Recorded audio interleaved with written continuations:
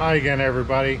All right, so I've been using these expandable hoses for a few years now, and the problem with them is they, from time to time, they will develop a leak or a cut or a burst and fail on you. So what I've done is I've learned how to repair them, and I just want to share that with you. It's kind of a little bit of a task to figure out how to do it, but what I found is there's a hose repair kit that you can get. These are really meant to work in like as a splice in the middle of the hose, but what I want to show today is how to do a fix on the very end of the hose, which a lot of times the breaks happen in the middle of the hose somewhere. So what this particular piece does, I think it's called 6-Pix hose mender for garden hoses. It's got two different barbs on the end of it that are designed to sort of, have the rubber part of the hose slide over the stem and then get locked in with this. But I find I really don't need that. So, and there's no way to really separate this unit. It's really designed to be a true splice sort of fix. So what I'm going to do is I'm going to go ahead and cut this one in half and then just use the one end of it.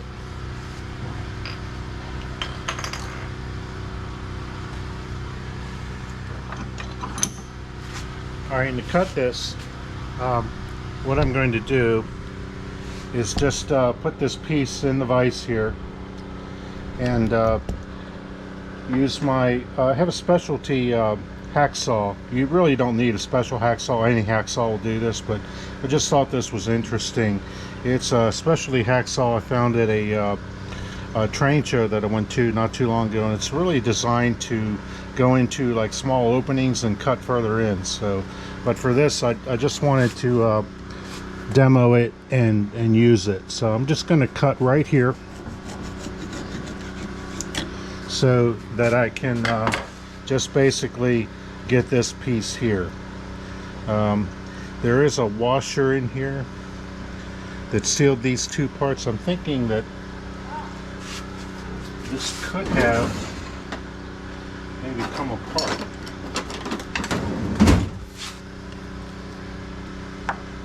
Yeah, it looks like it's been glued, so it's not really designed to come apart. So there might be a way. If somebody knows how to do that, please let me know. All right, but right now I've got the piece I really want here that I can put on to the end of my garden hose and get that repair going. I could also I wish that this would have been like a female version of this. It's not, so this is basically a throwaway piece now. So in order to make this work at the opposite end of the hose, not the nozzle end but the receiver end, I guess is what you call it, you really need to have another specialty part like this, double female, where it would go onto here, and then you could hook it onto a regular outlet, like from your home or something. So let's get that out of there. And back in. I got it. Okay, we got this piece here, and I found these work really, really well. Just clean that up a bit. And I'm not sure you really need Teflon tape on these guys, but I've learned to make it a habit to always just put some on here just in case you do. It doesn't hurt to have it on there. It's easy enough to do. So with that, I'm going to go ahead and put on my double female adapter here. It's got like a union on it, so it can turn on both ends. Now what that'll allow me to do is basically take this, connect it to the hose, and then thread it onto here, and then hook this back up to like a regular garden hose outlet, like on the outside of your house or where have you. Okay. All right, so let's get the end of the hose here.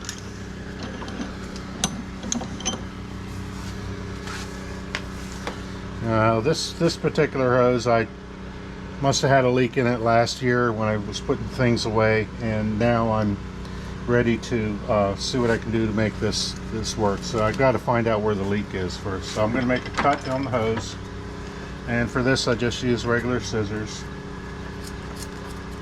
Okay, got that cut made. I want to grab that latex hose inside. Looks like it slipped back in on me here. Not a problem. I can kind of feel my way here to feel where the hose is inside. Take a little bit more off. Keep pinching this. And this hose is probably 2 years old. You can kind of see that it's kind of sticking a little bit. So this urethane or whatever material it is, latex, will deteriorate after a period of time. So the first thing I'm going to do is put my hose clamp on. Okay, got that on. Going to go ahead and put this barbed end in here.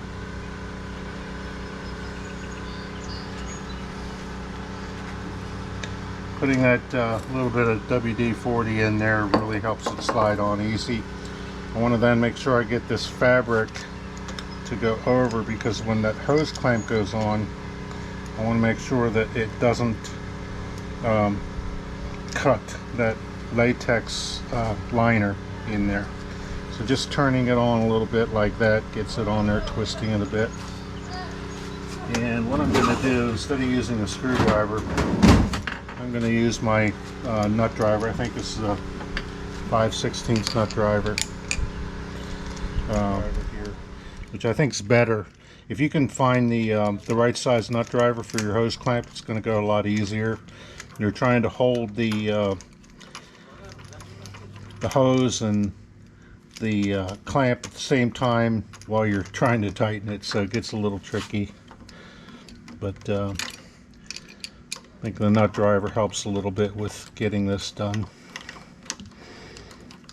Okay, I'm going to go ahead and clamp this down pretty tight.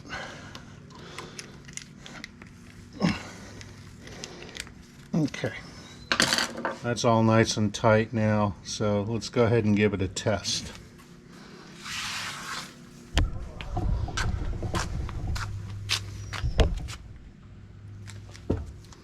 Alright, so for the test, what I'm going to do is I've just got another hose here. He's already hooked up to water. I'm going to go ahead and hook up this fitting to my hose and then pressurize it. Okay, and as I'm pressurizing it, the hose, I'm looking to see if there are any leaks in here, and I don't see any leaks here. So far so good. I can see the hose is already expanding. No leaks. So yeah, nice little repair. And now I've got a functioning garden hose.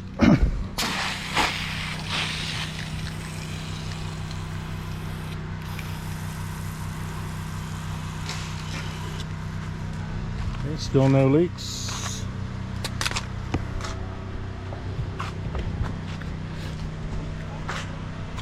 Alright, well, thanks for watching, and hope this helps someone maybe not throw away their expandable garden hose and try a way to fix it. Again, the parts that you're going to need are those 6-pix hose menders, those connectors, and then the specialty double female piece that you'll have to find to make that work. But I've tried a couple different things, and that's the easiest, best way, and fastest way I found to get these hoses repaired. Okay, thanks again. Bye.